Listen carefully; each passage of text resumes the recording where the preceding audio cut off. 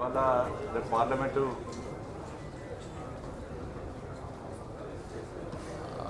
సెలవు దినాలు కాబట్టి ప్రత్యేకంగా తెలంగాణ రాష్ట్రంలో కాంగ్రెస్ పార్టీ ప్రభుత్వం, కాంగ్రెస్ పార్టీ నాయకులు మైకొట్టుకున్నాను. హలో,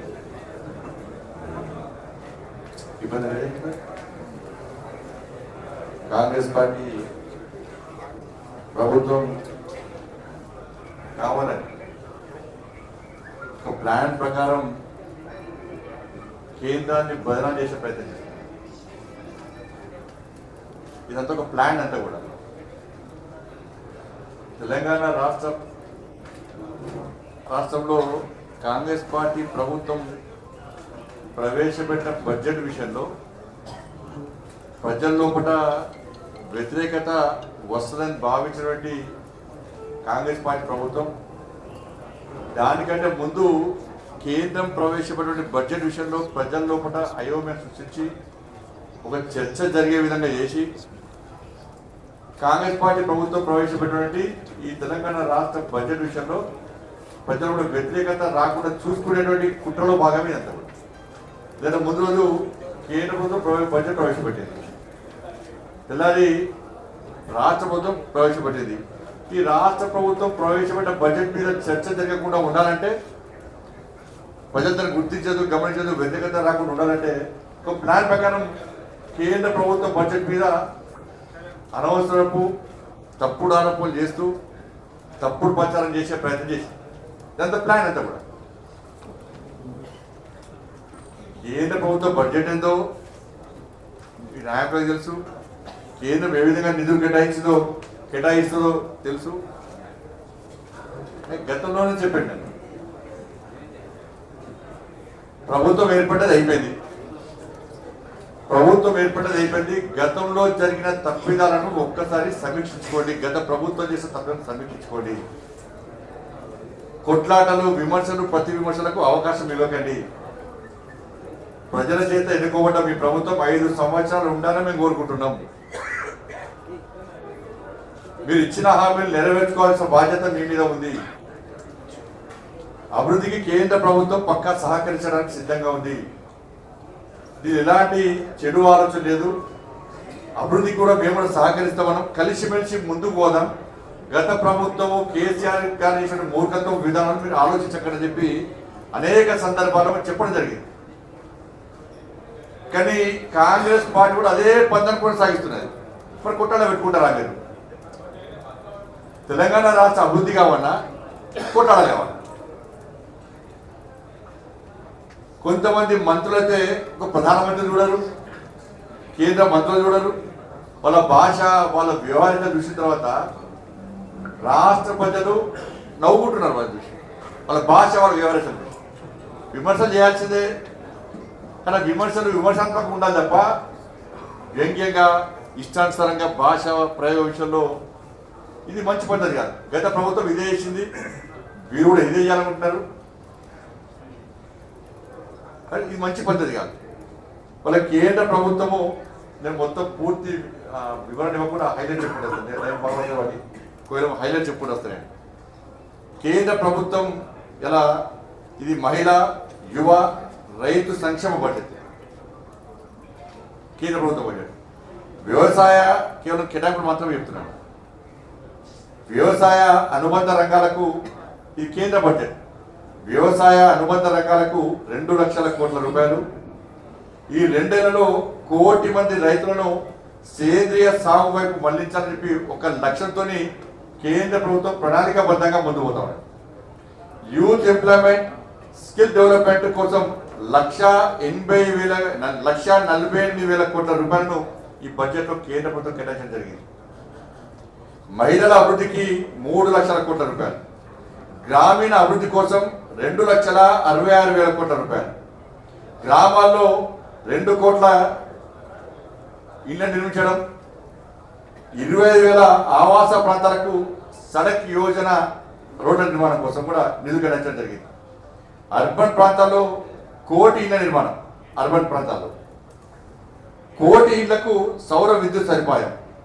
మౌలిక సదుపాయాల కోసం 1,00,000 కోట్ల రూపాయలు, శాస్త్ర సాంకేతిక రంగాల్లో ఇన్నోవేషన్ రీసెర్చ్ కోసం 1,00,000 కోట్ల రూపాయల నిధిని బడ్జెట్ ఇవ్వడం జరిగింది. 1 కోటి మందికి ఉద్యోగ ఉపాధి అవకాశాల కోసం ఇలా ప్రత్యేకంగా నిధులు కేటాయించడం జరిగింది.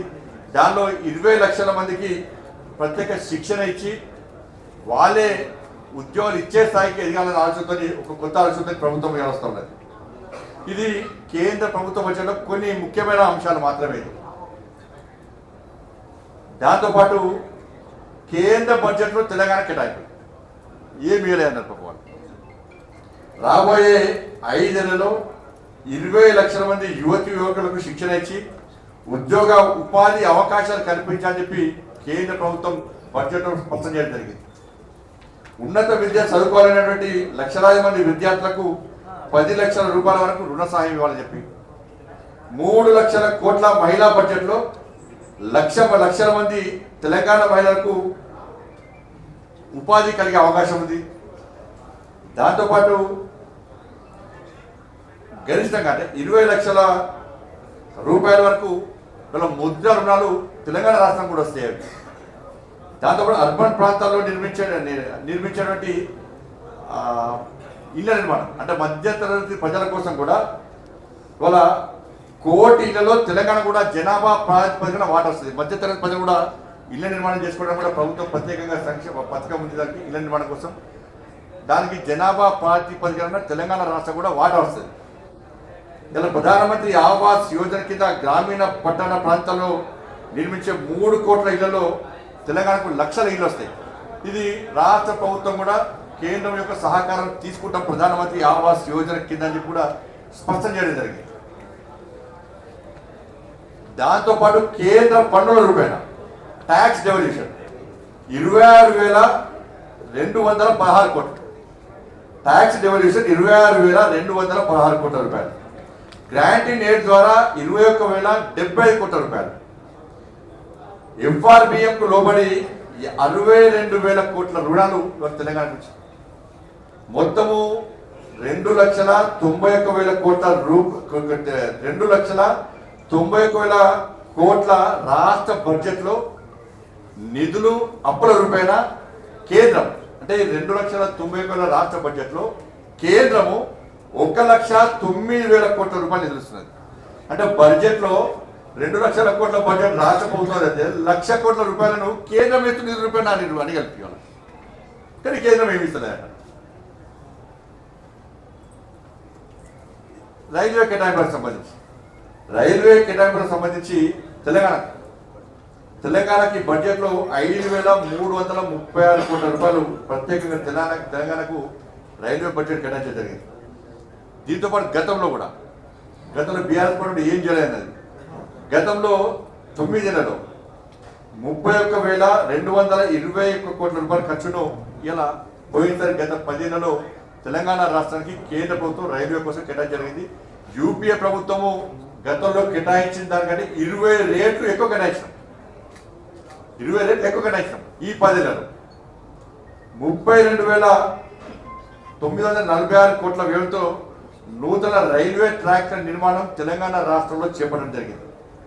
ఇప్పటికే 100% రైల్వే విద్యుతీకరణ పనులు పూర్తి చేస్తాం. 100% తెలంగాణ రాష్ట్రంలో ఎక్కడ కూడా కనీసం పెండింగ్ లేదు ఇక్కడ కూడా. దాంతోపాటు తెలంగాణ రాష్ట్రంలో 437 ఆర్ఓబీలు ఆర్యూబీలు 437 తెలంగాణ కరీంనగర్లో తిరువనపల్లి కూడా ఉన్నది. 40 రైల్వే స్టేషన్ ఆధునీకరణ పనులు దానిలో భాగంగా కరీంనగర్, పెద్దపల్లి, రామగుండం రైల్వే స్టేషన్లు కూడా కొత్త టెక్నాలజీతో ఆధునీకరించే పనులు కూడా ప్రారంభమైనాయి. 217 కోట్లతో సికింద్రాబాద్ రైల్వే స్టేషన్ ఆధునీకరణ జరుగుతున్న విషయం అంతా తెలిసిందే. చెర్లపల్లిలో హైదరాబాద్లో ఈ ట్రాఫిక్ ఇబ్బంది వల్ల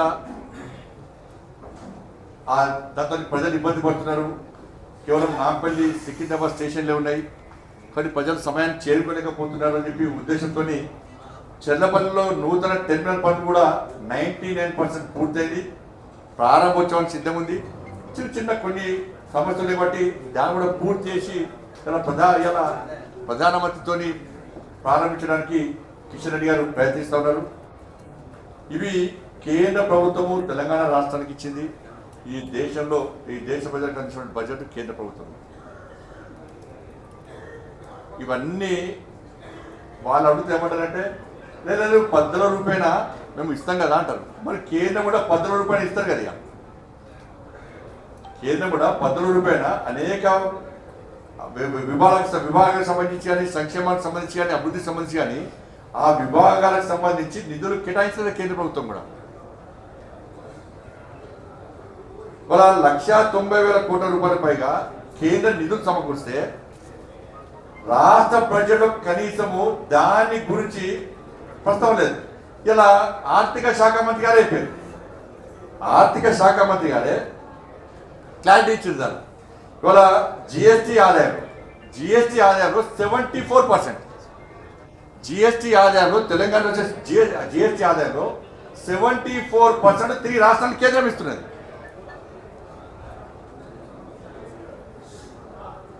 గతంలో డెవల్యూషన్ ఫండ్ గతంలో 32% ఉండేది. దాన్ని 42% నరేంద్ర మోడీ గారు ప్రభుత్వం చేసింది. కానీ ఈ ఒక్క విషయంలో మాత్రం కేసీఆర్ గారు నరేంద్ర మోడీ గారికి కృతజ్ఞతలు చెప్పారు. పాపం ఈ ఒక్క విషయంలో మాత్రం కృతజ్ఞతలు చెప్పారు. పైసలు వచ్చేది కదా. 32% డెవల్యూషన్ ఫండ్ దాన్ని శాతాన్ని 10% పెంచి మరి రాష్ట్రానికి అదనంగా ఆదాయం ఎదురుస్తున్నట్టా లేదా దీని గురించి మాట్లాడారు. 74% జిఎస్టీ వస్తుంది, దాని గురించి మాట్లాడారు. ప్రస్తుతం ఉంటుంది దాని గురించి. దాంతోపాటు గత 5 ఇయర్స్లో 5 నెలలలో 6,177 కోట్ల రూపాయలు ప్రత్యేక సాయం. అంటే ఇది ఏంటంటే ఒక 50 ఇయర్స్ వరకు కూడా ఇలాంటి వడ్డీ లేని రుణం. ఈ వడ్డీ లేని రుణము గత 5 ఇయర్స్లో తెలంగాణకు 6,177 కోట్ల రూపాయలు ఇస్తాం మనం. దాని గురించి మాట్లాడారు.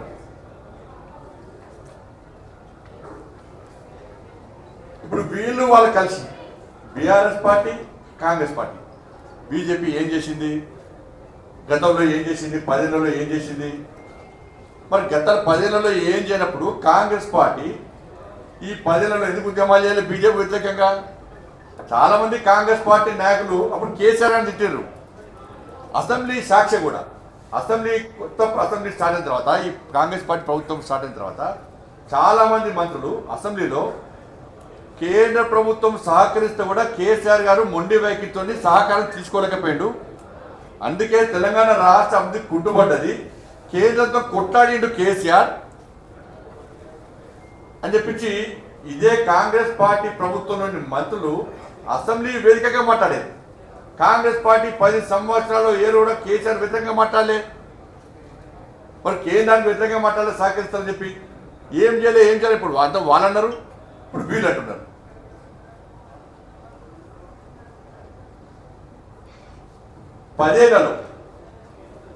ఈ 10 ఏళ్లలో కేంద్ర ప్రభుత్వం ద్వారా కేంద్ర ప్రభుత్వం 10 లక్షల కోట్ల నిధులు కేటాయించింది తెలంగాణ రాష్ట్రానికి. 10 ఏళ్లలో గతంలో 9 సంవత్సరాలకు సంబంధించి కిషన్ రెడ్డి గారు పూర్తిగా పవర్ ప్లాంట్ ప్రజెక్షన్ చూపెట్టడం జరిగింది. దాని తర్వాత ఇంకో 1 ఏళ్ళు 10 లక్షల కోట్లు ఇచ్చాం మనం. 10 ఏళ్లలో 10 లక్షల కోట్ల రూపాయల నిధులు మనం సంక్షేమ పథకాలు కానీ, అభివృద్ధి నిధులు కానీ, రుణాల రూపకంగా మనకి కేటాయించిన వాస్తవం ఆధారాలతో సహా అనేక ప్రాంతాలు అనేక సందర్భాల్లో మేము స్పష్టం చేయడం జరిగింది. అవి చెప్పినాకనే కేసీఆర్ అనుమతులు సప్లై పడ్డారు. ఆ ఉరువులు బంద్ చేసినప్పుడు కేసీఆర్ మన ట్యాక్స్ 10 ఏళ్లలో ట్యాక్స్ డివల్యూషన్ వివిధ కేంద్ర పథకాల అమలు కోసం ఈ 10 ఏళ్లలో 6,75,000 కోట్ల రూపాయలు ఖర్చు చేస్తాం.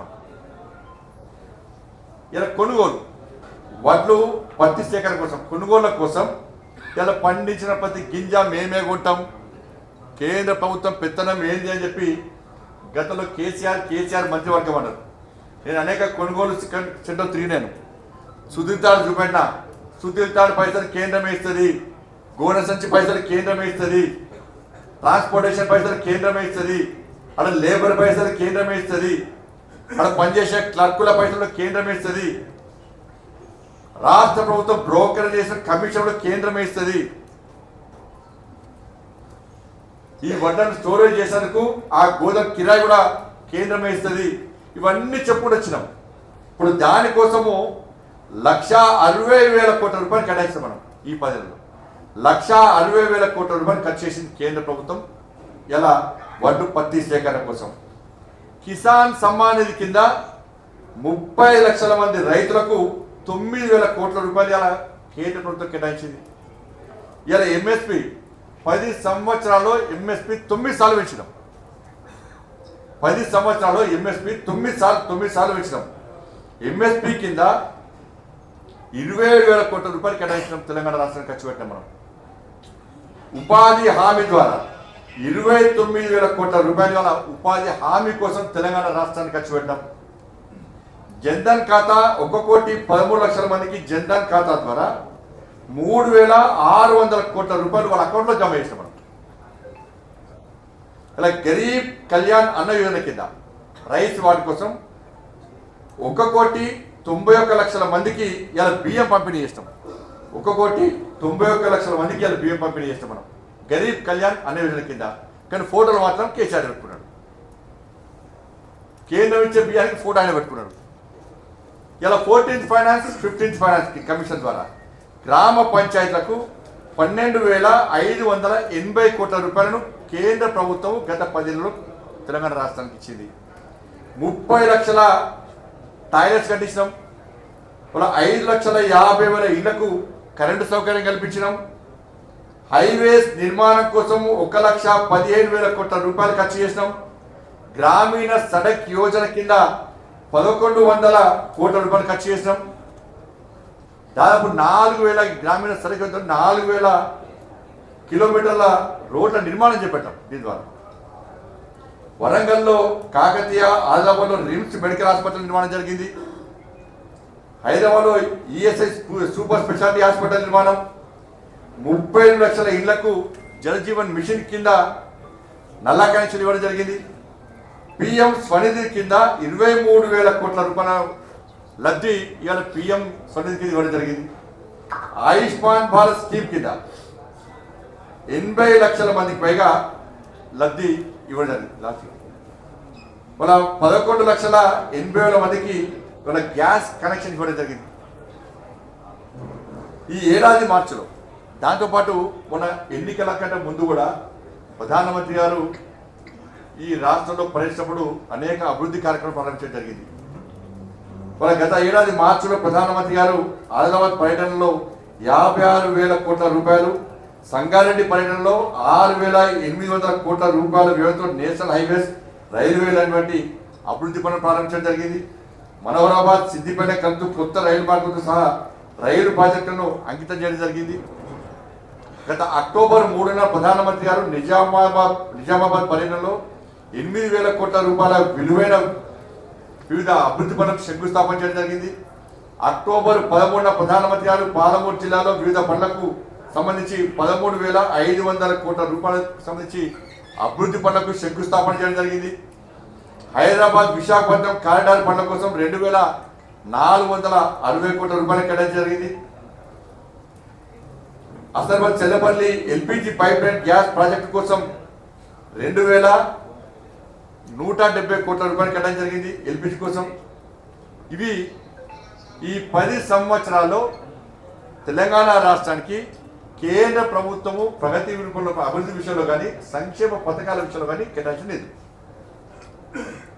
ఇవి మాట్లాడారు. ఇవి పడి చెప్పారు.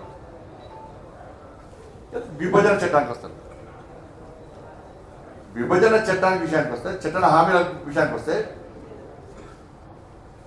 6,323 కోట్లతోని గతంలో మూసేసినటువంటి రామగుండం ఎరువుల కర్మాగారాన్ని పునరుద్ధరించిన విషయాన్ని అందరూ తెలిసిందే. మన 4,000 మెగావాట్ల యూనిట్ల కరెంటు ఉత్పత్తి లక్ష్యంగా మన ఎన్టీపీసీ 11,000 కోట్ల వ్యయంతో 2 యూనిట్లు పూర్తి చేస్తాం. అన్నది 11 కోట్ల వ్యయంతో 2 యూనిట్లు పూర్తి చేసినాం. ఇప్పటికే 1,600 మెగావాట్ల విద్యుత్తును మనం వాడుకుంటున్నాం తెలంగాణ రాష్ట్రానికి. అప్పుడు కాంగ్రెస్ పార్టీ ప్రభుత్వం తెలంగాణ ఏర్పాటు విషయంలో, తెలంగాణ రాష్ట్రం ఏర్పడితే మొత్తం తెలంగాణ మొత్తం అంధకారం అవుతుంది, మిమ్మల్ని ఎవరు పట్టించుకోరు అని చెప్పి అప్పుడు కాంగ్రెస్ పార్టీ మాట్లాడిన తర్వాత తెలంగాణ రాష్ట్ర ప్రజలకు ఇబ్బంది రావద్దని చెప్పి కేంద్ర ప్రభుత్వం ఇలా సానుకూలంగా స్పందించి మన 5 యూనిట్లను ప్రారంభించడానికి పూర్తి 100% ఖర్చు కేంద్ర ప్రభుత్వం అందే. 100% ఖర్చు కేంద్ర ప్రభుత్వం అందే. 6 యూనిట్లను మేము ప్రారంభించడానికి సిద్ధంగా ఉన్నాం. మేము దానికి మీరు సహకరించాలని చెప్పి అప్పుడు ప్రభుత్వం పడితే అప్పటి రాష్ట్ర ప్రభుత్వం సహకరించలే. అప్పుడు రాష్ట్ర ప్రభుత్వం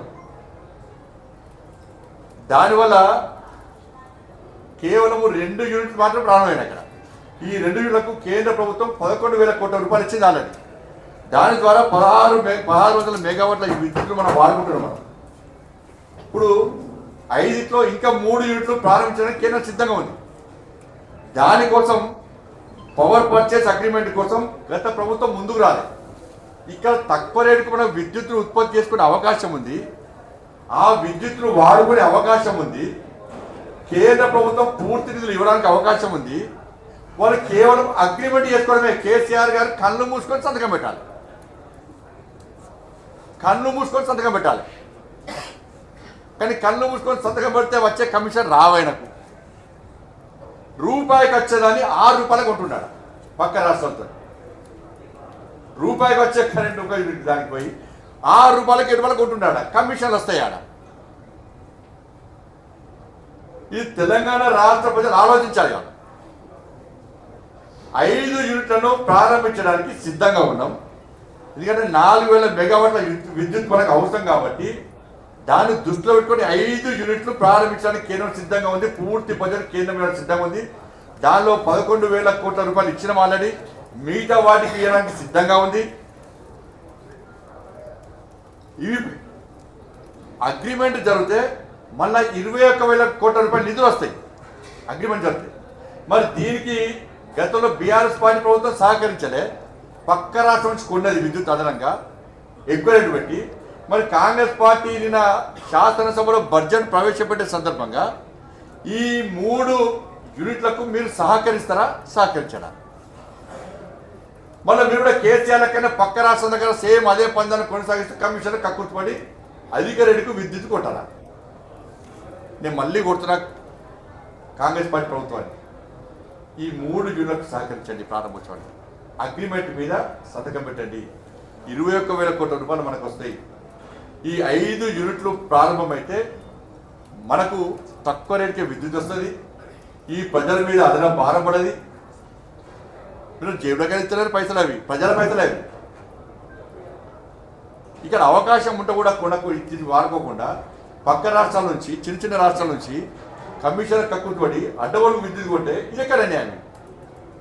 దాని మీద కనీసం శాసనసభలో చర్చ లేదు, దాని ప్రస్తావన లేదు. రాష్ట్ర ప్రభుత్వం సహకరించాలి. దీనికి కేంద్ర ప్రభుత్వం సహకరించి సిద్ధంగా ఉంది. మీరు కూడా గదే కమిషన్ కక్కుర్తి పడితే ప్రజలు తిరగబడతారు.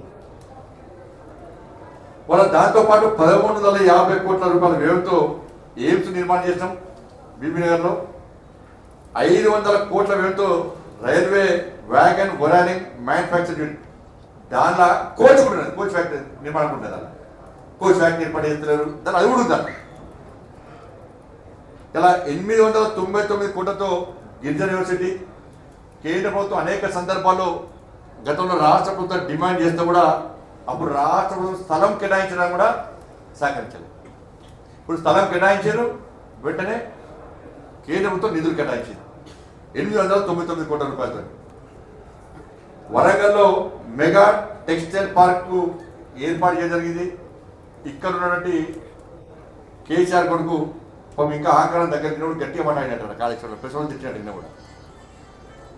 ఇలా టెక్స్టైల్ పార్కు సిరిసిల్లలో ఏర్పాటు చేయాలి.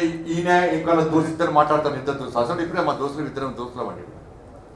మరి అప్పుడు నువ్వు స్థానిక శాసనసభ్యుని, నువ్వే షాడో సీఎం, నువ్వు చెప్పిందే వేదం. మీ అయ్యకంటే నువ్వే ఎక్కువనే, అధికారం అంతా నీదేనే. మరి వరంగల్ టెక్స్టైల్ పార్క్స్ పెట్టినప్పుడు నువ్వు సిరిసిల్ల పెట్టాలి ఎందుకు కోరలే కేంద్రాన్ని? నువ్వు కోరుతా, నీ ప్రభుత్వం కోరుతానే కదా కేంద్రం వరంగల్లో ఏర్పాటు చేసింది. నరేంద్ర మోడీ ప్రభుత్వం మేము సిరిసిల్లో పెట్టాం, వరంగల్లో పెడతామన్నావా? అప్పుడు ఏడవా? నీ బుద్ధి ఏడవా? నీ తెలివి ఏడవా? అప్పుడు మరి ఇప్పుడు మాట్లాడుతున్న వ్యక్తి అప్పుడు ఎందుకు మాట్లాడలే? మీ దోస్తే కదా, అప్పుడు ఎందుకు మాట్లాడలే? మరి నిన్న ప్రవేశపెట్టిన రాష్ట్ర బడ్జెట్లో సిరిసిల్ల గురించి, వస్త్ర పరిశ్రమ గురించి ఎందుకు ప్రస్తావన లేదు? రాష్ట్ర ప్రభుత్వం బడ్జెట్ ప్రవేశపెడుతున్న సందర్భంలో సిరిసిల్లలో కార్మికుడు ఆత్మహత్య చేసుకున్నాడు. 9 మంది చనిపోయింది. మరి ఈ మధ్య 14 మంది. మరి ఎందుకు మాట్లాడలే? సిరిసిల్ల ప్రస్తావన ఎందుకు రాలే? ఇద్దరు దోస్తులు చెప్పాలి, వాళ్ళు ఇద్దరు దోస్తులు.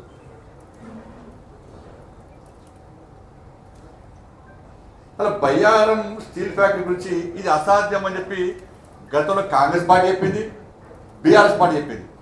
ఆ ప్రభుత్వం మారగానే వాళ్ళు మరుగుతున్నారు, వీళ్ళ ప్రభుత్వం రాగానే మళ్ళీ వీళ్ళు దాని గురించి మాట్లాడుతున్నారు. వాళ్ళు అప్పుడు ఎందుకు సాధ్యం కాదని చెప్పారు? మీరు ఉన్నప్పుడు క్వాలిటీ ఉండేది కదా, సాధ్యం కాదు మీరే చెప్తారు. మళ్ళీ ఇప్పుడు మీరే విమర్శిస్తా ఉన్నారు. ఇవి కేంద్రానికి సంబంధించింది. ఇవన్నీ చేస్తే కూడా కేంద్రానికి వ్యతిరేకంగా వాళ్ళ రాష్ట్ర అసెంబ్లీలో తీర్మానం చేయడము ఇంతకంటే మూర్ఖత్వం ఇంకోటి కాదు. నేను మళ్ళీ అడుగుతున్నా, తెలంగాణ అభివృద్ధి ముఖ్యమా, కొట్లాడుకుని ముఖ్యమా? తెలంగాణ రాష్ట్ర ప్రజలు అప్పీల్ చేస్తాను నేను. కేంద్రం సహకరించడానికి సిద్ధంగా ఉంది. ఇలా కాంగ్రెస్ పార్టీ ప్రభుత్వము కొట్టాడే ప్రయత్నం చేస్తున్నది. కేసీఆర్ పందానే ఇలా రాష్ట్ర ప్రభుత్వం పాటిస్తూ ఉన్నది. ఆదాయానికి వ్యయానికి పొంతం లేదట రాష్ట్ర ప్రభుత్వం బడ్జెట్. ఈ 10 సంవత్సరాలు ఇలా ఆర్థిక నిపుణులు కూడా అదే ఆలోచిస్తున్నారు. వాళ్ళు రాష్ట్ర ప్రభుత్వం ప్రవేశపెట్టిన బడ్జెట్కు అసలు ఆదాయానికి వ్యయానికి పొందలేదు, ఎక్కలేదు. సరే ఒక 5%, 3% తేడా ఉందంటే పెద్ద పట్టించుకోవడం అవసరం లేదు. మొత్తంగా ఫరక్ ఉంటుంది. ప్రవేశపెట్టిన బడ్జెట్కు ఖర్చు, ఆదాయానికి వ్యయానికి ఖర్చు అసలు ఏం పొందనే ఉండదు. ఉంటుంది 5%, 3-4%, 5% ఫరక్ ఉంటుంది కదా. మొత్తం దాని తగ్గట్టు చేయాలని కాదు. అసలు 5% కాదు, 50% ఉంటుంది. మరి రాష్ట్ర ప్రభుత్వ బడ్జెట్లో 6 గ్యారెంటీలైనా మహిళలకు 2,500 రూపాయల గురించి ప్రత్యేక నిధులు కేటాయించారా? బడ్జెట్ లేదు, ఆ ప్రస్తావన లేదు. నిరుద్యోగులకు 4,000 రూపాయలు వృత్తి ఇస్తున్నారు, దాని గురించి లేదు. 4,000 రూపాయల ఆసరా పెన్షన్ ఇస్తున్నారు. పాపం ముసలు ఇప్పుడు కూడా ఎదురుస్తున్నారు, కళ్ళు కాయలు కాస్తున్నాయి. వాళ్ళకు దాని గురించి ప్రస్తావన లేదు. మహిళలకు తులం బంగారం, ఆరోగ్యం ఇది కూడా భాగమే. మహిళలకు తులం బంగారం ఇస్తారు, బంగారం తగ్గింది, ఇప్పుడు ఇవ్వాలి మనకు ధర పెడితే పరిచయం. మళ్ళా తులం బంగారం ఇస్తున్నారు, దాని గురించి ప్రస్తావన లేదు. 5 లక్షల రూపాయల విద్యా భరోసా కార్డులు ఇలా ఇస్తున్నారు, దాని బడ్జెట్లో కేటాయింపలేదు. ఇవన్నీ కూడా ఈ 420 హామీలకు ఎక్కడ కూడా బడ్జెట్ కేటాయించలేదు.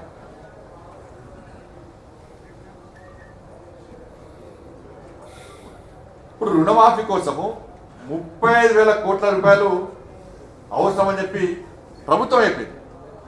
35,000 కోట్ల రూపాయలు కూడా జరుపు రుణమాఫీ కోసం. 35,000 కోట్ల రూపాయల రుణమాఫీకి అవసరం మీరైపోయారు కదా. ఇవాళ బడ్జెట్ ఎంత కేటాయించారు కదా? కేవలం 15,000 కోట్ల రూపాయలు మాత్రమే కేటాయించారు. 50% కూడా కాదు, 15,000 కోట్ల రూపాయలు మాత్రమే కేటాయించారు. దీనివల్ల మీ చిత్తశుద్ధి ఏందో బయటపడుతుంది. వల్ల 30,000 కోట్ల రూపాయలు రుణమాఫీ అవసరం మీరే అయిపోయారు, కానీ మీ బడ్జెట్లో కేటాయించింది ఎంత? 15,000 కోట్ల రూపాయలు. 50% కూడా కేటాయించాలి. రైతులు ఆలోచించాలి. రైతు భరోసా మీద అసలు క్లారిటీ లేదు. ఇప్పటికే 8 మంత్సా రైతు భరోసా ఇప్పటికే ఇవ్వాల్సిందే. ఎందుకు ఇవ్వలే? రైతు భరోసా ఇప్పటికే ఇవ్వాల్సి ఉండే. మీరు అన్నారు ప్రభుత్వం ఏర్పడమంటే రైతు భరోసా ఇస్తున్నారు, 15,000 రూపాయలు ఇస్తున్నారు, 12,000 రూపాయలు రైతు కూడా ఇస్తున్నారు, కౌలు రైతు కూడా ఇస్తున్నారు 15,000 రూపాయలు కదా. ఒక ఇయర్ తప్పించుకున్నారు, అయిపోయి అవి పక్కా ఇవ్వాల్సిందే. దాని మీద స్పష్టమైనటువంటి విధానం లేదు. వీళ్ళకి రైతులు ఎదురుస్తున్నారు. ఇప్పటికి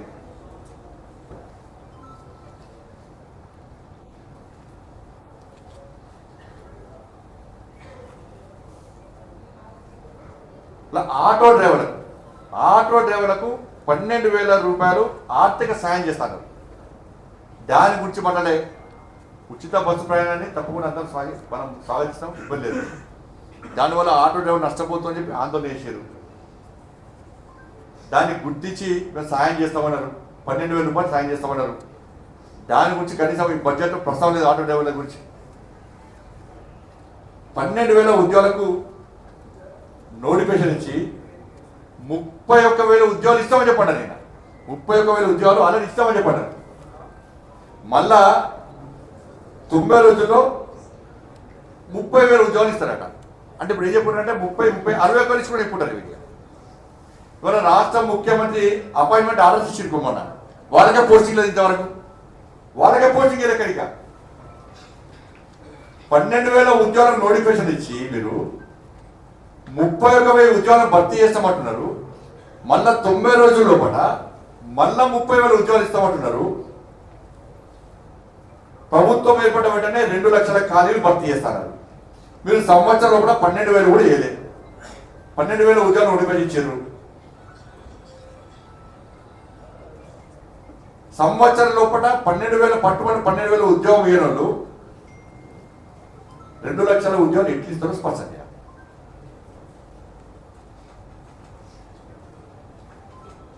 కోటి మంది మహిళలను కోటీశ్వరం చేస్తారంట. 2,500 రూపాయలు ఇస్తాను ఇస్తలేదు. తుల బంగారం ఇస్తాను ఇస్తలేదు.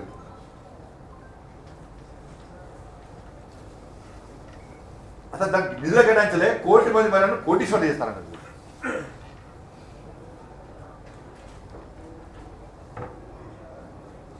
వాళ్ళ విద్యకు గతంలో ప్రభుత్వము 6% కేవలం 6% నిధులు కేటాయించింది. దాన్ని 15% కేటాయించిన నిధులు ఈసారి బడ్జెట్ అన్నారు. సార్ విద్య కేటాయించింది ఎంత? కేవలం 7% లోపే నిధులు కేటాయించింది. విద్యకు వాళ్ళే పేరు విద్యా వైద్యం మనకు చాలా ఇంపార్టెంట్. ఈ 2 విషయంలో తెలంగాణ ప్రజలు ఆలోచిస్తున్నారు.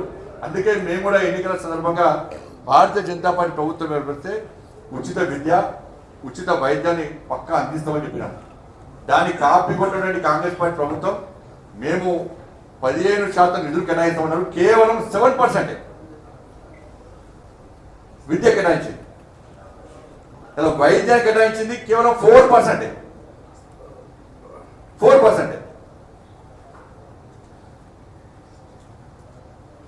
ఇవాళ ఫీజు రియంబర్స్మెంట్ 8,000 కోట్ల రూపాయలు ఇవ్వాలి. డ్యామ్ ప్రస్తావన లేదు.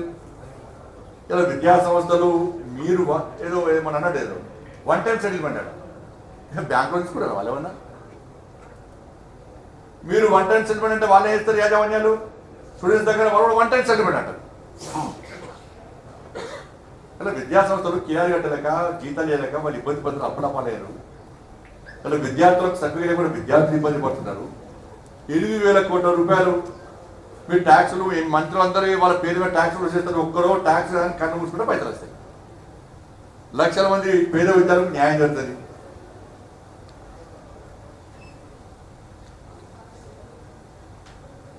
ఇలా 52% బీసీ జనాభా ఉంటుంది. దాని సంక్షేమానికి 3.5% మాత్రమే, అంటే 9,200 కోట్ల రూపాయలు మాత్రమే దొరికాయి బీసీల కోసం. ఇక కేసీఆర్ కు అతి ఇష్టమైన పథకం ఎక్సైజ్ పాలసీ. వీళ్ళు కూడా గదే స్టార్ట్ అయింది. వీళ్ళు ఎక్సైజ్ ద్వారా 6,000 కోట్ల అదనం ఆదాయం రావడానికి ఎలా ప్లాన్ చేస్తున్నారు అంటే మద్యాన్ని మళ్ళా ఏరులే పాలించే ప్రయత్నం కాంగ్రెస్ పార్టీ ప్రభుత్వం చేస్తాం.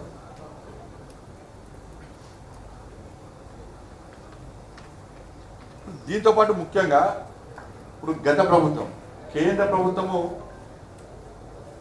కొన్ని పూర్తి స్థాయి 100% నిలుస్తుంది, కొన్ని రాష్ట్ర వాటాతో కూడా నిలుస్తుంది. అలా 60%, 40%, 70%, 30% అని ఇస్తూ ఉంటుంది. గతంలో బీఆర్ఎస్ పార్టీ ప్రభుత్వం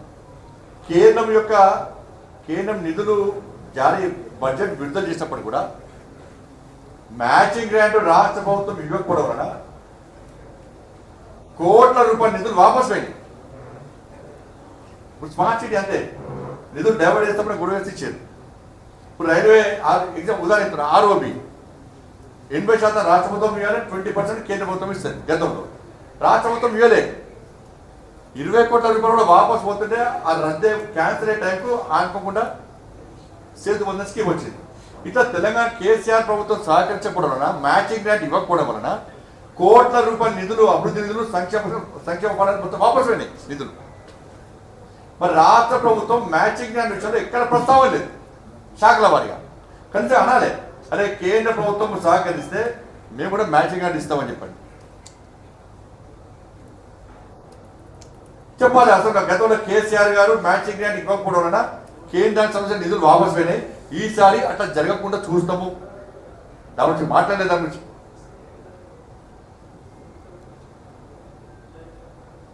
దాంతోపాటు నేను ఆరోగ్యశ్రీ విషయంలో రాష్ట్ర ప్రభుత్వం నిధులు కేటాయించింది. ఇలా రాష్ట్ర ప్రభుత్వం క్లారిటీ ఇవ్వాలి. మీరు ఆయుష్మాన్ భారత్ సంబంధించి 10 లక్షల వరకు వైద్యం చేసుకునే విధంగా కేంద్ర ప్రభుత్వం ఆయుష్మాన్ భారత్ ప్రవేశపెట్టింది. మరి మీరు ఆయుష్మాన్ భారత్ కలిపి చెప్తున్నా, ఆరోగ్యశ్రీ అదనంగా ఉందా, నిధులు ప్రత్యేక కేటాయించారా? ఆయుష్మాన్ భారత్ అలాగే, ఆరోగ్యశ్రీ అలాగే. ఈ విషయంలో స్పష్టం చేయాలి, పక్కా స్పష్టం చేయాలి.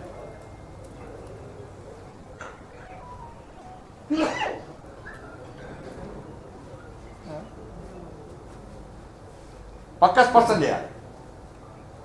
దాంతోపాటు లక్షల ఇల్లు నిర్మిస్తామన్నారు, ఇందిరమ్మ ఇల్లు. రాష్ట్ర ప్రభుత్వం గతంలో ఏమన్నది, మేము ప్రధానమంత్రి ఆవాస్ యోజన కింద కేంద్రం అయితే ఇల్లు నిర్మిస్తుందో ఆ సంక్షేమ పథకాన్ని మేము ఉపయోగించుకుంటామని చెప్పి రాష్ట్ర ప్రభుత్వం చెప్పింది. మరి ఇల్లు నిర్మిస్తామన్నారు, ప్రధానమంత్రి ఆవాస్ యోజన కింద కేంద్రం ఇచ్చే నిధులతో కలిపి మీరు చెప్పిరా, లేకుంటే ఇంద్రమిలను అదనంగా నిర్మిస్తున్నారు? మీరు స్పష్టం చేయాల్సిన బాధ్యత రాష్ట్ర ప్రభుత్వం మీద ఉన్నది. ఇష్టపడే ప్రసక్తి లేదు. మీరు కేంద్రం ఇచ్చే పైసలు వాడుకొని, కేంద్రం ఇచ్చే నిధులు వాడుకొని ఇంద్రమ్మ ఫోటో పెట్టి ఇంకో ఫోటో పెడితే ఈసారి వదిలిపెట్టే ప్రసక్తి లేదు, వదిలిపెట్టే ప్రసక్తి లేదు. గరీబ్ కళ్యాణ్ అన్ని యోజన కేంద్రం బియ్యం ఇస్తే కేసీఆర్ అంతా దిగి ఫోటో పెట్టుకున్నాడు, మళ్ళీ తిరిగి ప్రచారం చేయాల్సి వచ్చింది. పెట్టండి, రాష్ట్ర ముఖ్యమంత్రి గారి ఫోటో ప్రోటోకాల్ ప్రకారము పద్ధతి నిబంధన పక్కా పెట్టాల్సిందే. ఆ ఫోటో పెట్టద్దు, ముఖ్యమంత్రి గారి ఫోటో పెట్టద్దు, ఇంకో ఫోటో పెట్టద్దు మేము ఎప్పుడు అన్నా మేము. కానీ కేంద్ర ప్రభుత్వం యొక్క సంక్షేమ పథకాల విషయంలో, అభివృద్ధి విషయంలో ప్రధానమంత్రి గారి ఫోటో నిబంధన ప్రకారం పక్కా పెట్టాల్సిందే. ప్రధానమంత్రి ఆవాస్ యోజన లోగో వాడుకుంటున్నారు, మళ్ళా చూపెట్టారు అది. కానీ ప్రధానమంత్రి ఫోటో మాత్రం పెట్టారు, దాన్ని ఇంద్రమ్మ ఇల్లు అంటారు. మళ్ళా పైసలు కేంద్రాన్ని సరే రాష్ట్రంతో మాట ఉంటుంది, పెట్టుకోండి. పైసలు ఆయుష్మాన్ భారతి, దానికి ఆరోగ్యశ్రీ అంటారు. ఎట్టి బస్లో 100% దాని మీద పెట్టాల్సిందే.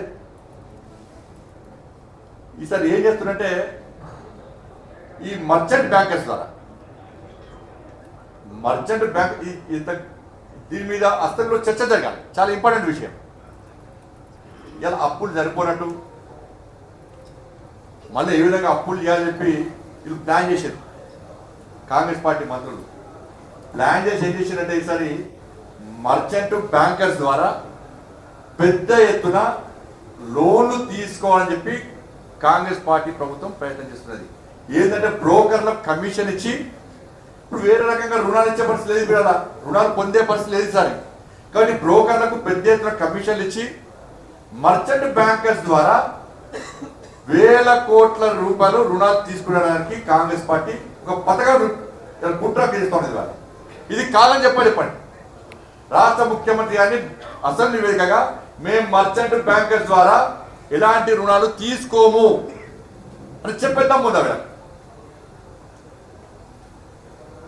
తీసుకుంటామని చర్చ జరగాలి. అసలు మీరు ప్రజలు చెప్పాలి. ఇలా మళ్ళీ వేల కోట్ల రూపాయలు మర్చెంట్ బ్యాంకర్ ద్వారా కమిషన్ ఇచ్చి 1000 రూపాయలు పోయి ఆ బాగా ఓడి పడుతుంది. మళ్ళా పడేది ప్రజల మీద బాధపడుతుంది.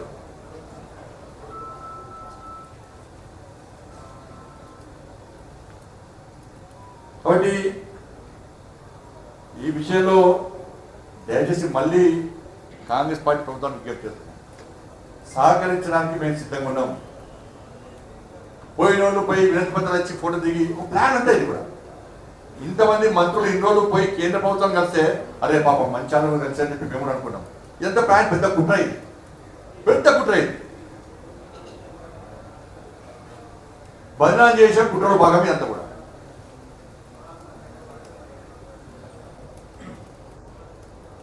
ఈ ఒక అంటాడు ఈ పేరు కన్వీనర్ పేరే లేదు.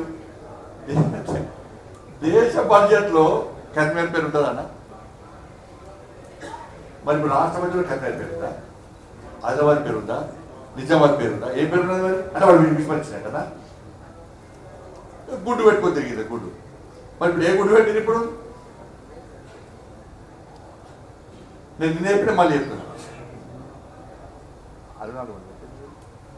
64 ప్లస్ 64 మంది ఎమ్మెల్యేలు ప్లస్ 8 మంది ఎంపీలు గాడిన గుడ్డు. అంతే కదా. తెలంగాణ రాష్ట్ర బడ్జెట్ కాంగ్రెస్ పార్టీ 6 గ్యారెంటీలు గాడిన గుడ్డు. చెప్పాలి ఇప్పుడు ఏ గుడ్డు పెట్టుకుంటుందో చెప్పాలి.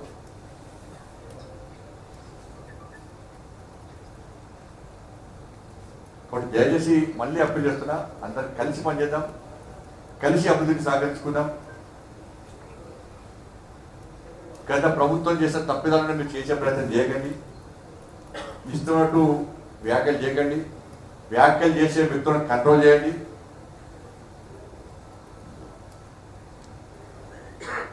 గతంలో కేసీఆర్ ఇదే చేసేయడం వీళ్ళకి అదే చేస్తాం. ధన్యవాదాలు. నీతి ఆయోగ్ సమావేశానికి కాంగ్రెస్ పాలక ప్రభుత్వాలతో పాటు తెలంగాణ కూడా బహిష్కరించింది. ఇంతకు చెప్పినా కేసీఆర్ ఏం చేసిండో గదే చేస్తాను నేను కూడా. వాళ్ళ వికసిత్ భారత్ ఎజెండా నీతి ఆయోగ సమావేశం, వికసిత్ భారత్ ఎజెండాగా నీతి ఆయోగ సమావేశం ఇవాళ నిర్వహించబోతున్నారు. 2047 నాటికి భారత్ను అభివృద్ధి చెందిన దేశంగా మార్చడమే లక్ష్యంగా ఈ సమావేశం జరుగుతున్నది.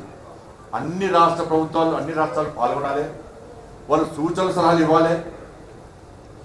కేంద్ర రాష్ట్ర సంబంధాలను ఏ విధంగా బలోపేతం చేయగలుగుతాం, గతంలో జరిగిందేంది, ఇప్పుడు జరగాల్సిందేందో చర్చ జరుగుతుంది దానిలో. దాంతోపాటు సార్ ఎజెండా పెట్టారు, నాణ్యమైన వైద్యం, కరెంట్ సేవలు, సైబర్ సెక్యూరిటీ, ఆర్టిఫిషియల్ ఇంటెలిజెన్స్ సేవలు, ఈ విషయంలో చర్చ జరిగే అవకాశం ఉంది.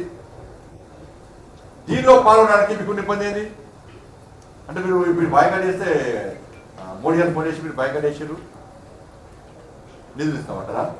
ఇచ్చిన నిధుల గురించే చెప్తలేరా మీరు? గత కేంద్రం ఇదే ఇచ్చాడు. ఎందుకు పోలేదంటే ఇలా మోడీ గారిని, బీజేపీ ప్రభుత్వాన్ని, ఎన్డీఏ ప్రభుత్వాన్ని అసెంబ్లీ వేగంగా ఇష్టానుసారంగా తిట్టింది కాబట్టి, బదనం చేసింది కాబట్టి తిరిగి మొఖం జనక పోలేదు. నీతి ఆయోగ్ సమావేశం మొఖం జనకనే పోలేదు. కేసీఆర్ గట్టిగా తీసుకున్నాడు, మోడీ గారు హైదరాబాద్ వస్తే విచారం వస్తుంది, మోడీ గారు హైదరాబాద్ వస్తే బ్రిటిష్ షెడ్యూల్, మోడీ గారు హైదరాబాద్ వస్తే యశోద హాస్పిటల్ పెట్టేది కేసీఆర్. ఇలా కేవలం ముఖం చూపటలేకనే ఇవాళ నీతి ఆయోగ్ సమావేశం డుమ్మగొట్టారు. ఇది తెలంగాణ రాష్ట్రానికి నష్టం. ఇది అడగచ్చు కదా, పోయి నిన్న నీతి ఆయోగ్ సమావేశం పోయి అడగచ్చు కదా.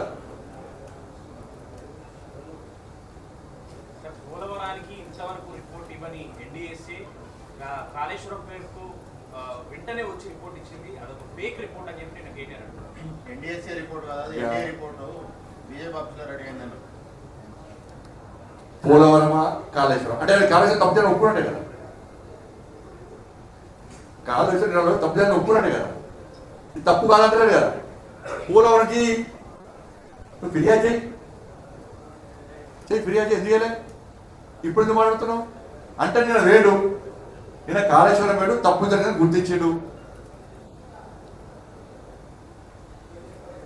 కాళేశ్వరం తప్పు జరిగిన ఒప్పుకుంటాడు కదా, తప్పు జరిగిందని ఒప్పుకుంటుండు కదా.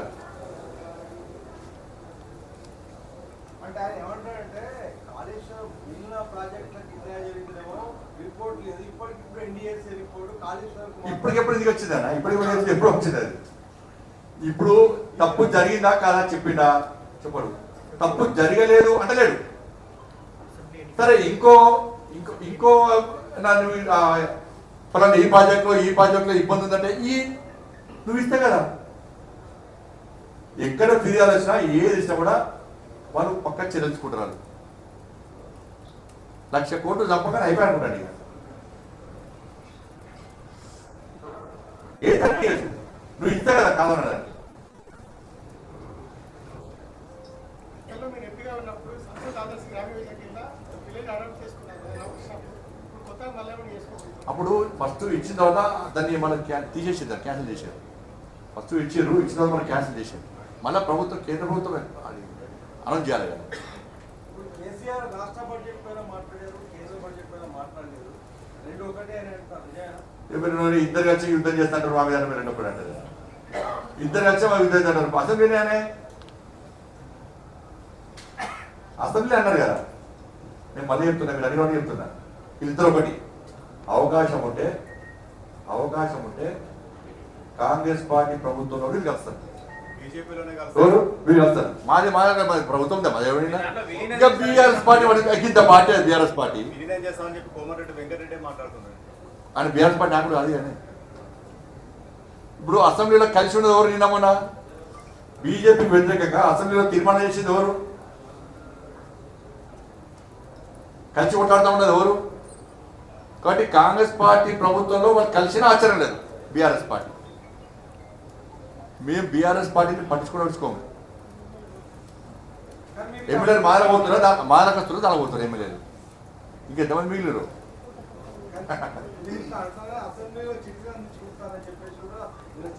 చిట్టి లెక్క డైరెక్ట్ మాట్లాడుకుంటారు బీఆర్ఎస్ కాంగ్రెస్. డైరెక్ట్ లైవ్ చూసినాం కదా మనం. మేము దోస్తులము అలింగన చేసుకుంటారు, అలబలి చేసుకుంటారు, రాజమండ్రి అవతలు చేసుకుంటున్నారు. మళ్ళీ బయటకు వేసుకోవడం ప్లాన్ ప్రకారం కాంగ్రెస్ బీఆర్ఎస్ బీజేపీ కొట్టారు. బీఆర్ఎస్ కాంగ్రెస్ బీజేపీ కొట్టారు. ఓటాలు బీఆర్ఎస్ ఉన్నారు, వీళ్ళు మంత్రులు గారు బీఆర్ఎస్ కాంగ్రెస్ ఒకటే, మమ్మల్ని ఓటేయడం ఇద్దరు కలిసి ఉన్నారు. బీఆర్ఎస్ పార్టీ గురించి ప్రజలు ఒకటి చర్చ లేదు. బీఆర్ఎస్ పార్టీని పట్టించుకునడానికి ప్రజలు సిద్ధంగా లేరు.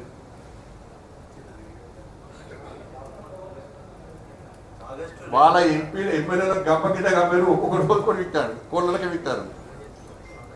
ఆగస్టు 2 లోపల కనెక్టివిటీ నుంచి నీళ్ళని లిఫ్ట్ చేయకపోతే 50,000 మంది రైతులతో మోటార్ ఆన్ చేస్తామని కేటీఆర్ పర్మిషన్ ఇస్తేనే అలా పట్టించుకోరండి. ఎవరు మర్చిపో మళ్ళీ పేరు ఇచ్చి మళ్ళీ బ్రేకింగ్ వస్తే మళ్ళీ పార్టీ పెరుగుతుంది. కేటీఆర్ మధ్యలో ఇట్లా ఏది అంతా వాళ్ళ ఇద్దరి మధ్య అంతరికి గొప్పదానం. మరి రాత్రి మాడుకుంటే ఏమన్నారంటే నువ్వు విధానం ఎందుకంటే బీజేపీ వెరగద్దేడా. బీజేపీ వెరగద్దంటే బీజేపీ స్ట్రెంత్ అవుతున్నది. కాబట్టి బీజేపీని అడ్డుకోవాలంటే మన ఇద్దరే తిట్టుకోవాలి. మన ఇద్దరు తిట్టుకుంటే బీజేపీ లైన్లో ఉండదని చెప్పి ఒక ప్లాన్ ప్రకారం చేస్తున్నారు. కానీ నేను అసెంబ్లీ ఏమైంది? వాళ్ళిద్దరు ఒకటే. మా భారతీయ జనతా పార్టీ ఎమ్మెల్యేలు హీరోలకు కొట్టాడారు. మా భారతీయ జనతా పార్టీ ఎమ్మెల్యేలు. మా భారతీయ జనతా పార్టీ ఎమ్మెల్యేల దాడికి కాంగ్రెస్ పార్టీ బీఆర్ఎస్ పార్టీ తట్టుకోలేకపోయింది. అందుకే ఇద్దరు కొట్టారు వాళ్ళు అసెంబ్లీలో. మరి వాళ్ళిద్దరు కొట్టా మేము ఒకటా? కేంద్ర బడ్జెట్ లో మనకు కావాలని ప్రభుత్వాన్ని చాలాసార్లు కలిసాం. మోడీని ఏకంగా సీఎం 2-3 సార్లు కలిశారు. మూసీ డెవలప్మెంట్ కోసం అడిగారు. అయినా ఎందుకు మరి రాష్ట్ర ప్రభుత్వం ఏం చేసింది? మరి 8,000 కోట్లు రాయించింది. ఇప్పుడు 1,00,000 కోట్ల రూపాయల పైగా మూవీ డెవలప్మెంట్ చేస్తాను. మరి రాష్ట్ర ప్రభుత్వం బడ్జెట్ ఎందుకు రాయించాలి? ఇప్పుడు రాష్ట్ర ప్రభుత్వం బడ్జెట్లో ఎందుకంటే అప్పుడు ఎప్పుడే కదా కేంద్రం సహకారంతో చేస్తాం అనలే కదా. మరి నా బడ్జెట్ ఎందుకు రాయించలే? 1,00,000 కోట్ల రూపాయల నిధులు ఎందుకు రాయించాలి? మూసీ డెవలప్మెంట్ అని చిత్తశుద్ధి ఏంటి చెప్పాలి. అప్పుడే కేంద్రాన్ని మాట్లాడతాం, కేంద్రం ఇస్తేనే మేము చేస్తామని ఎందుకు మాట్లాడలే? మరి బడ్జెట్లో మూసీ డెవలప్మెంట్కు ఎందుకు ప్రత్యేకంగా 1,00,000 కోట్లు కేటాయించలే? సరే కొందరు 50%.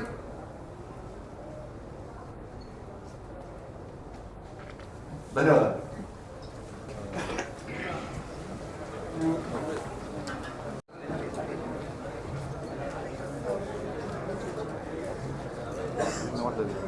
బటాటా అన్ని నోట్ చేయట్లేదు.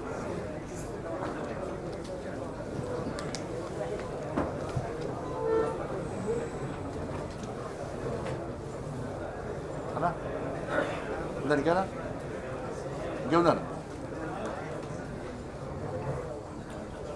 ధన్యవాదాలు.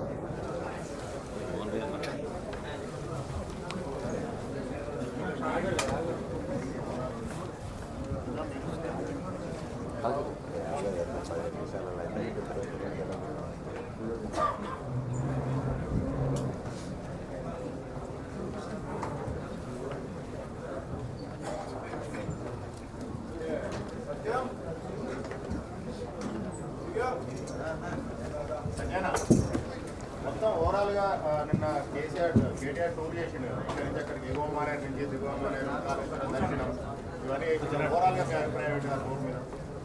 టెంపుల్ విజిట్ కూడా చేశారు కదా, టెంపుల్ విజిట్ కూడా చేసిండు కదా.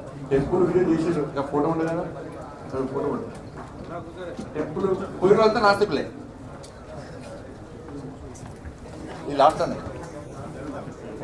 ఇప్పుడు టెంపుల్ విజిట్ పోయారు, ఆ పోయిన వాళ్ళంతా నాస్తికులే. దానిలో 50% దేవుడు నమ్మడం నాస్తికులే ఎవరు పోయిన వాళ్ళందరూ కూడా. అందుకే ఆ టెంపుల్ యొక్క సాంప్రదాయాలను పాటించలేదు. ఆ టెంపుల్ ముందు బోర్డు ఉంటుంది, ఏది గర్భగుడులకు పూజల కోసం వెళ్ళేటువంటి భక్తులు సాంప్రదాయ దుస్తులను ధరించి వెళ్ళాలని చెప్పి పెద్ద బోర్డు ఉన్నది. వీళ్ళ కన్ను దుబ్బినే వచ్చు, ఇక బోర్డు ఇక ఇలా బోర్డు ఉన్నది, ఈ కన్ను దుబ్బినే వీళ్ళకి. ఆ ఎంబోర్డు ఉన్న వాళ్ళకి బుద్ధి లేదు. ఈ ధిక్కరించి పోయారు, తను పోయారు. వాళ్ళు మొక్కిరు ఏమన్నా కేసీఆర్ కొడుకు దేవుడు నమ్ముతారా చెప్పు. పోయిన వాళ్ళు సగం మంది నాస్తికులే కాబట్టి ఇవాళ ఆడ ఆ సాంప్రదాయాలను పాటించలే. ఇది పూర్తిగా హిందూ ధర్మాన్ని, హిందూ దేవాలయాన్ని, సనాతన ధర్మాన్ని అవమానించినట్టే. బట్ నా టూర్ ఏంటి అంటే మేము కూడా ఉన్నాం ఇంకా అని చెప్పుకోవడానికి,